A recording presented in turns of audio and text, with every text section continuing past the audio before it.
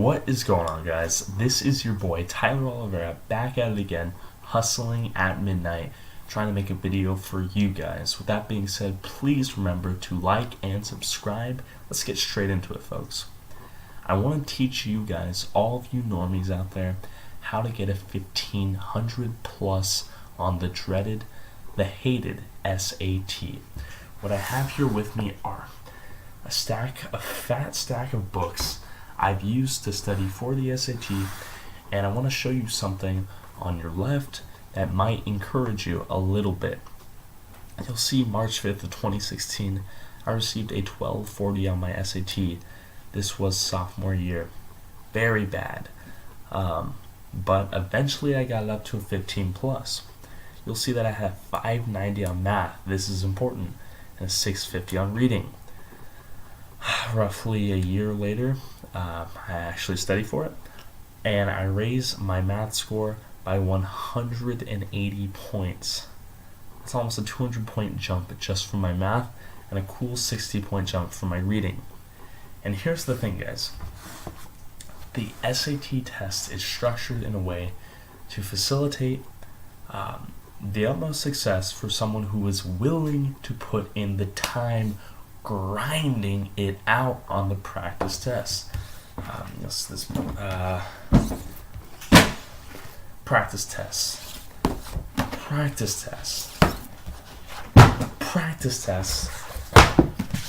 and more freaking practice tests, guys.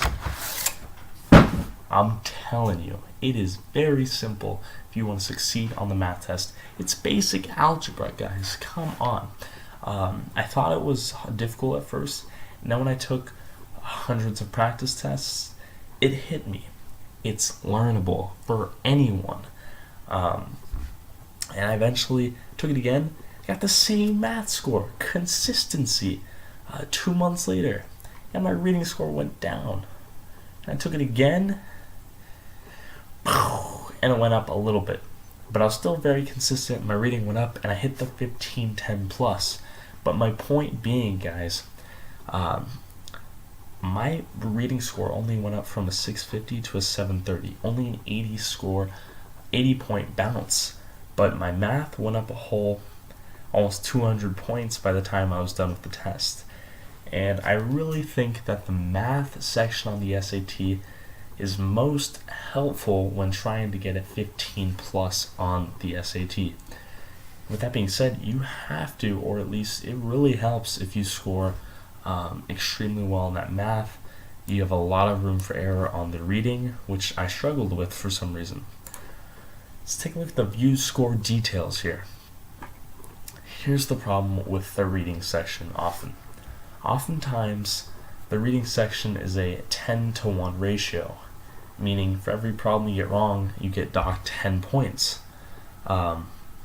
So let's take a look at the this is the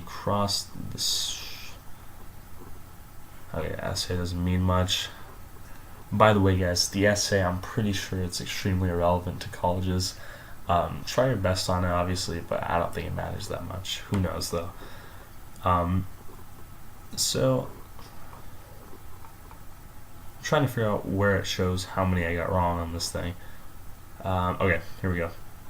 So 5 incorrect answers on writing and language, and 3 incorrect answers on reading. And so here's the thing, guys. Think of it like this. I got subtracted 50 points from my total score purely off of the basis of the grammar section on the SAT test.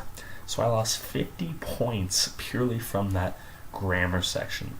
If I were to have perfect grammar throughout that entire testing period, I would have had a 1560, but I didn't. My point being, guys, you need to have some room for error on the math. You need to do well on the math so you have some room for error on the English, is what I meant to say. And I got 3 wrong, but I still got a 780. Luckily, that math was hard, and the curve was very gracious towards myself and my peers who took that test. Reading, basic comprehension skills, guys. You should be able to do this. The writing and language, This is one of the things I wish I would have put more time into. I'm telling you guys, this is learnable just like the math.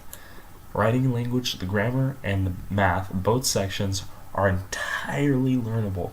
But the reading, on the other hand, it's kind of one of those things where you are innately predisposed to answer these questions more correctly than the other guy, and that you can understand certain texts more so than someone else, and you either have it or you don't. Kind of. I'm not going to say that's the case, because you probably could learn how to take that test, the reading test portion, if you put a ton of time into it. But I think the grammar section is the most learnable, second after the math section.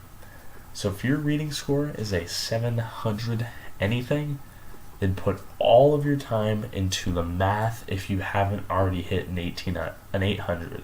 I'm telling you guys, anyone out there with an average IQ can hit 800 on the math if they try, or at least a 770, 760 plus on the math. And that's where the money is at. That's where the free points, the low-hanging fruit, my friends, that's where it's at. I'm telling you. So, guys, I'm not going to get into the nitty-gritty of the test composition, but I'm really talking basic strategy and tactics of the test. The test for math is structured in a way that there's recurring structural math problems. There's 4 or 5 templates, and they ask you the same types of questions over and over and over again throughout the math section. The grammar section, the same thing. The reading, same sort of formulaic structure, different texts. You can learn the writing language, which is the grammar. You can learn the math.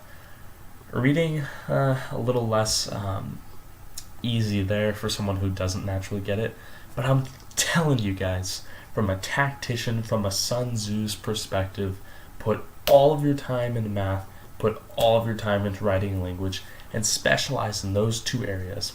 If you're already really good at the grammar section, the writing language section, put all of your time into the math until you get that 780, 790, 800. And reading, just try to do your best and read a little more. With that being said, folks, I'm glad you had a chance to take a look at this video. I can get into the nitty-gritty of the test composition if you guys want. It doesn't seem like it'd be that interesting of a video. That's what you have your tutors for. But that's how I did it. I focused all of my time on the math section, and I got a 780, and I compensated a little bit from my math, and I barely got the 730, allowing me to get that 1500 plus on the 4th try.